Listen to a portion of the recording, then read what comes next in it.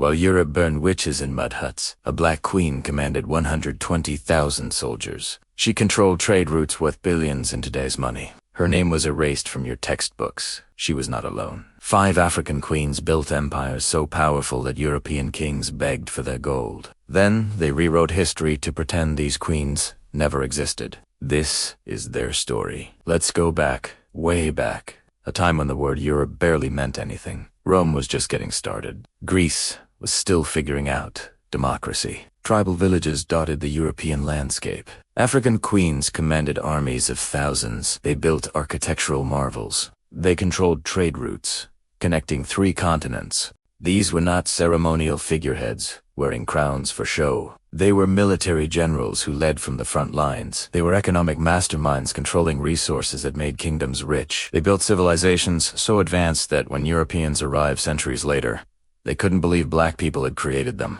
But schools don't teach this. Here's the part left out of every history textbook. European colonizers didn't jus conquer Africa. They waged war on African memory itself. They destroyed libraries. They burned ancient texts. They melted down golden artifacts. They demolished temples. They renamed cities. They redrew maps. When they found archaeological evidence, they couldn't destroy. They lied about who built it. They claimed Egyptians weren't African. They said Nubians were Middle Eastern. They looked at stone cities in Zimbabwe and declared Africans couldn't have built them. It must have been foreigners. It must have been anyone else. This wasn't accidental. This was policy. To enslave millions and colonize a continent, you need a story that justifies it. You need the world to believe these people had no civilization, no history, no greatness. You need everyone to think you're bringing light to darkness, civilization to savagery. And so the lie became curriculum. The lie became fact. The lie became the only story most people would hear. But the truth survived. In oral histories passed down through generations. In archaeological sites they couldn't erase. In ancient texts written by Greeks, Romans, and Arabs who visited these kingdoms. And in the stories of 5 queens whose power was undeniable, even centuries of erasure could not bury them. The first queen lived almost 3,000 years ago. Her name was Makeda. You may know her as the Queen of Sheba. She ruled a kingdom spanning modern-day Ethiopia and Yemen. She controlled something that made her phenomenally wealthy: frankincense and myrrh. If you've only heard these words in Christmas carols, understand this. In the ancient world, these resins were worth more than gold. Used in religious ceremonies, medicine, perfumes, and embalming. Controlling the frankincense trade was like controlling oil today. Makeda didn't just have money. She had power that made other rulers need her. The Bible tells a story of her visiting King Solomon in Jerusalem. She heard about his wisdom. She tested him with hard questions. She brought gifts of spices, gold, and precious stones. What Sunday school leaves out is the political dimension. This was a diplomatic mission between 2 superpowers. Solomon needed her trade routes. She needed to assess whether an alliance made sense. Ethiopian tradition says they had a son named Mentalik. He became the first emperor of Ethiopia. He established a dynasty that ruled for 3,000 years. 3,000 years. Let that sink in. But here begins the erasure. European scholars insisted the Queen of Sheba was Arab, not African. They couldn't accept that a black woman impressed Solomon. They twisted geography, ignored Ethiopian historical texts, created elaborate theories to avoid giving her credit. Acknowledging her achievements contradicted everything they needed people to believe about Africa. Jump forward to around 40 BC. The Roman Empire is at its height. Caesar Augustus expands his territory in every direction. Rome is supposed to be invincible, the greatest military force the world has seen. Then they meet Queen Amanirenas of Kush. Kush is now in Sudan, also called Nubia, an ancient civilization older than Rome. They had pyramids, their own written language, sophisticated society. They had no intention of bowing to Rome. Augustus tried to impose taxes after conquering Egypt. Amanirenas gave an answer he wasn't expecting. She raised an army of 30,000 soldiers, marched north, destroyed 3 Roman forts. She didn't just defeat soldiers, she sent a message. She beheaded statues of Augustus, buried his bronze head under the temple steps. People would walk over his face for eternity. That head is now in the British Museum. Rome was furious. This This wasn't supposed to happen. They sent 10,000 legionnaires south. Amanirenas fought them to a standstill for 5 years. This one-eyed warrior queen held off the greatest military machine in the ancient world. She used guerrilla tactics, superior knowledge of terrain, tactical brilliance. Every Roman victory was pyrrhic. The war became too expensive, too bloody, too difficult. Rome did something almost unthinkable. They negotiated a peace treaty, exempted Kush from taxes, pulled their troops back, let Amanirenas keep her kingdom independent. Think about that. A black African queen defeated the Roman Empire. Not legend, not myth, documented historical fact. Roman historians wrote about it. Archaeological evidence confirms it. And yet, how many have heard of Amanirenas? How many history classes teach that Rome lost to a Nubian queen? The story is buried in footnotes, while Roman victories fill chapters, acknowledging that a black woman outmaneuvered Roman generals disrupts the narrative of Western superiority. Fast forward 1,600 years. Kingdom of Nzinga, now Angola. The year is 1624. Portuguese arrive in force. Not exploring, not trading as equals, hunting for slaves to fuel the transatlantic trade. They meet someone who will make their lives miserable for 30 years. Her name is Nzinga. Born into royalty, fought for every ounce of respect. First meeting with the Portuguese governor. He deliberately didn't provide her a chair, a power move, to force her to stand or sit on the floor. She refused, gestured to a servant. She sat on the servant's back, as if it were a throne. She negotiated the treaty from that position, made it clear she would not be looked down upon. Her brother died under suspicious circumstances. She took the throne. The Portuguese thought they could manipulate her. They were catastrophically wrong. Nzinga was a military genius. She understood European politics, played Portuguese against the Dutch, converted to Christianity when useful, renounced it when it wasn't, offered sanctuary to escaped slaves and soldiers, built an army of people who hated the Portuguese, used guerrilla warfare, scorched earth tactics, hit and run attacks. Portuguese forces were constantly off balance. For 30 years, she held them off, led troops into battle well into her 60s, negotiated treaties and broke them when necessary, refused to submit, died at 80, undefeated, freed thousands of enslaved Africans, prevented the Portuguese from fully conquering her kingdom. Portuguese records called her a witch, a savage, a demon. They couldn't admit defeat. Centuries of erasure followed. Only recently have historians recognized her achievements. One of the greatest military and political minds of her era, fighting a desperate war against an enemy, trying to enslave her people. Go back further to Kush, a title rather than a single person. The word Kandake, in Greek, Candace, it meant queen, but not any queen. A warrior queen. Ruled independently, commanded armies, made decisions without a king. Between 300 BCE and 300 CE, multiple Kandakes ruled Kush. Their reputations were formidable. Conquerors thought twice before invading. Alexander the Great reached Nubia, stopped his campaign. Ancient sources suggest he heard about he decided the fight wasn't worth it. Alexander, who conquered from Greece to India, who defeated Persia, called the Great because he seemed unstoppable, looked at Nubia and said, "No, thank you." The warrior queens of Kush made even Alexander hesitate. These queens built pyramids. Sudan has more pyramids than Egypt. Most people don't know that. Those pyramids don't fit the narrative about African civilization. They commanded armies. They controlled trade routes. They minted their own currency with their faces on the coins.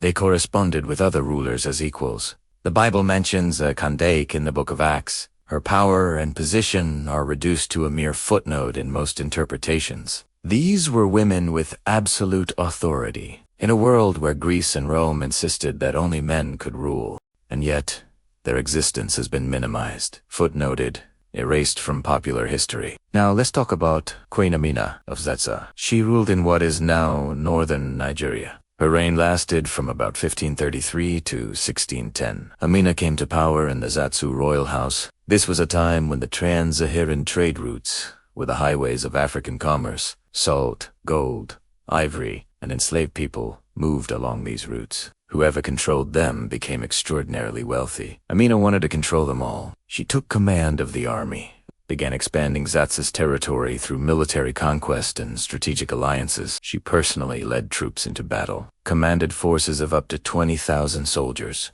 Everywhere she conquered, she built fortified walls around the cities. Some walls still stand today as a testament to her reign. She ruled for 34 years, never married, refused to share power, rejected every attempt by European traders to undermine her authority. Her kingdom became one of the wealthiest in West Africa. Her military innovations influenced regional warfare for generations. When British colonizers arrived centuries later, they dismissed her as probably a myth. African people couldn't possibly have had a queen that powerful, that successful, that is militarily brilliant. It must be exaggerated folklore. Never mind the oral histories that preserved her story. Never mind the archaeological evidence. Never mind other documented sources confirming her existence. The British needed Africans to seem primitive, uncivilized, incapable of self-governance. A queen like Amina contradicted that story. So they dismissed her as a legend until modern archaeology proved them wrong. Do you see the pattern now? Do you understand what was done?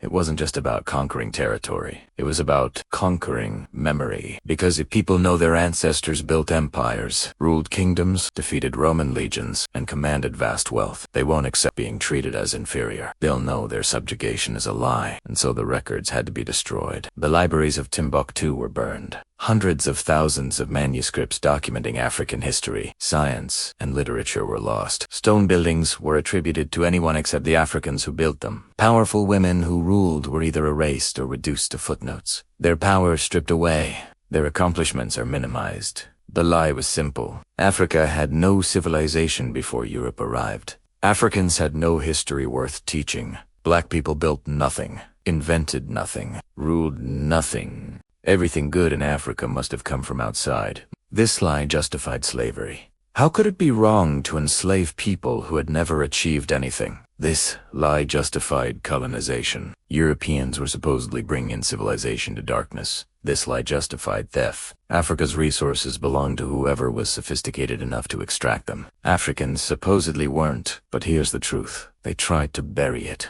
When Europeans reached West Africa in the 1400s, they found cities that dazzled them. The Mali Empire had a GDP that dwarfed medieval Europe. Timbuktu had universities older than Oxford. Scholars studied mathematics, astronomy, law, and medicine. Benin had bronze casting so advanced that Europeans assumed it was imported. Great Zimbabwe had stone architecture so sophisticated that colonizers insisted Phoenicians or Arabs must have built it. Accepting African achievement was ideologically impossible. They found Mansa Musa, a black emperor who went unhatched to Mecca. He gave away so much gold that he crashed the Mediterranean economy. He built libraries, universities, and mosques. Timbuktu became an intellectual center of the Islamic world. He ruled an empire larger than Western Europe, and they found evidence of these 5 queens, and dozens more like them. Women who commanded armies, while European women couldn't own property. Women who controlled trade routes while European women were burned as witches if too educated. Women who built dynasties lasting longer than most European kingdoms existed. African civilizations didn't fall because they were primitive. They were systematically destroyed by the transatlantic slave trade and European colonization.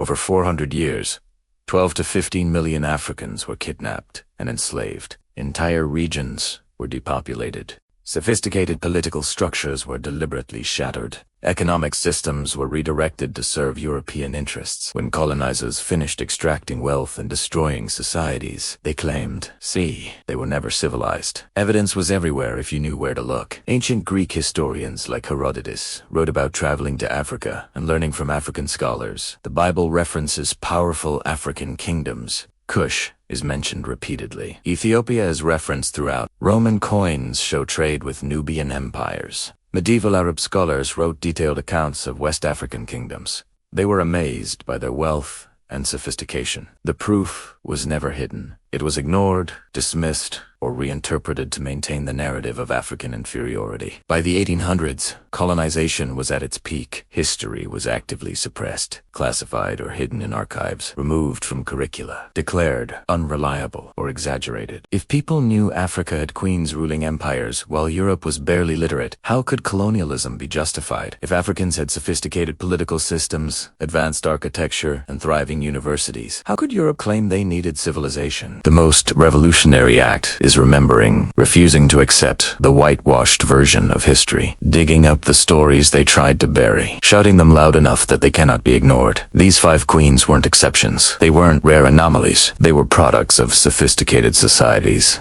Societies where women could hold ultimate power, where military prowess mattered more than gender, where wealth and learning flourished long before Europe emerged from its dark ages. Their stories weren't lost, they were stolen deliberately, part of a centuries-long campaign to make people forget. Black civilizations built empires. Black rulers commanded respect from world powers. Black people have always been capable of extraordinary achievement. History is written by conquerors, yes, but the truth survives. It survives in archaeological evidence they couldn't destroy. It survives in oral traditions passed down through generations. It survives in ancient texts, documenting these kingdoms before politics required pretending they didn't exist. It survives in the DNA of every descendant of these civilizations, carrying the legacy of queens and emperors. Erasing a people's past is how you control their future. If you don't know your ancestors built empires, commanded armies, accumulated wealth, and ruled wisely, you might believe the lie that you're inferior. You might accept subjugation as natural. You might not fight for your birthright, but resistance is black history. From Amanirenas defeating Rome, to Nzinga fighting Portuguese colonists, from the Kandake building pyramids, to Amina expanding kingdoms. Every generation fought erasure. Every generation refused to disappear. Every generation preserved some piece of truth and passed it forward. Your textbooks lied. These queens ruled the world